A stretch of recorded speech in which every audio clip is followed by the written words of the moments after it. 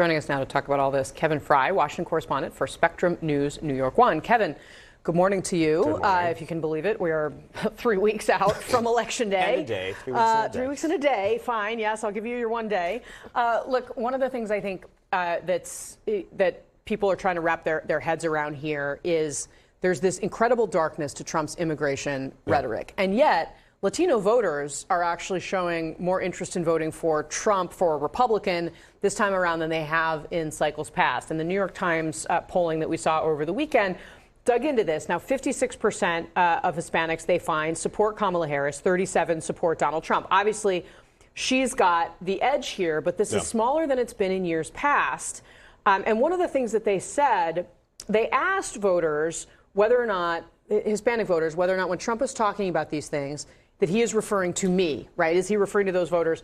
Of Latinos who were born here in the U.S., 67% of them say Trump's not referring to me. A third say that he is. And among those who aren't born here, 51% say Trump is not referring to me, and that 43% say that he is.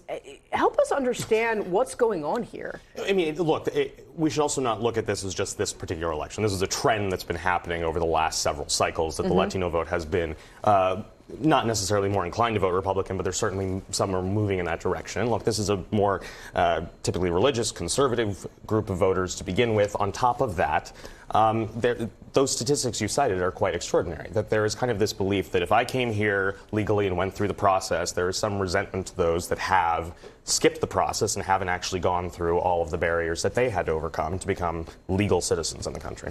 How much of this, I mean, one of the more fascinating conversations I've been having with strategists over the course of the last couple elections, particularly in states like Texas, for example, is that oftentimes Latino voters don't like to be singled out as a bloc simply because they are Latino. They will often say, well, we're voters. We care about the same things other voters talk to, the economy. We want to be spoken to on a different level. Yeah, and look, I think that's part of perhaps the great American experiment, is that as these different groups become more imbued into American society, these other issues that have become dominant for the wealth of the population become top line for them as well, including economic issues, particularly for that pocket of the population. So we're talking a little bit about Trump's dark rhetoric, because there was a lot of it over the weekend, including in this interview that he did with Fox News, Maria Bartiromo, Fox Business, I should say, on Sunday. And he talked about what he referred to as, quote, the enemy within. I want to play that and we'll talk about it. Watch. I think the bigger problem is the enemy from within, not even the people that have come in and destroying our country. By the way, totally destroying our country. The towns, the villages, they're being inundated.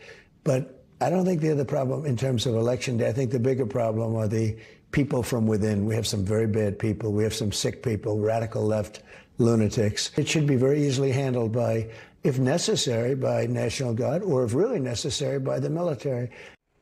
So I think it's just important to stop for a second and listen to what he is saying there, which is that radical left lunatics are the very bad people, the enemy within. So that implies his political opponents, right? People who do not agree with him, and that could be handled by the National Guard or the military if he is elected.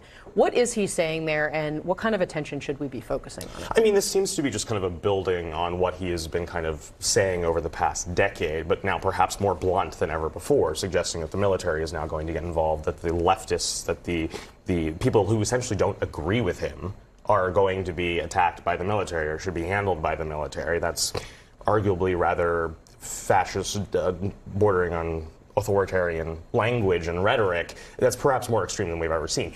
That said, to put it in somewhat of the context, though, I mean, he's been going to these various blue states over the last couple weeks. This is a chance for him to rail against Democratic control in these different spaces, which is kind of part of the rhetoric we've seen, not just from Trump, but from other Republicans as well, that Democratic control is this terrible thing and is detrimental to you, and I am the one that's going to step in and save you. Yeah, I mean, one of the things he said in Colorado, and again, he went to Aurora, Colorado, which has been one of these places that has become part of the narrative around immigration that Republicans are talking about. He called the enemy within a bigger enemy than China and Russia.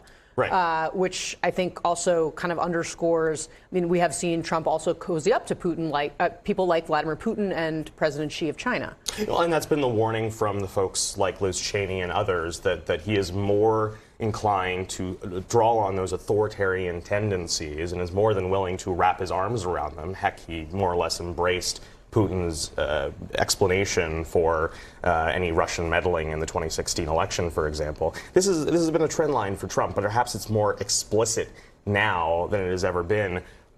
One could argue, and part of the argument from Kamala Harris over the last weekend has been that because of the Supreme Court's ruling, he's untethered. And if he gets into the White House, no holds bar on him. And that's part of their warning. All right. Kevin Frey for us this morning. Kevin, very grateful to have you as always. Thank you very much.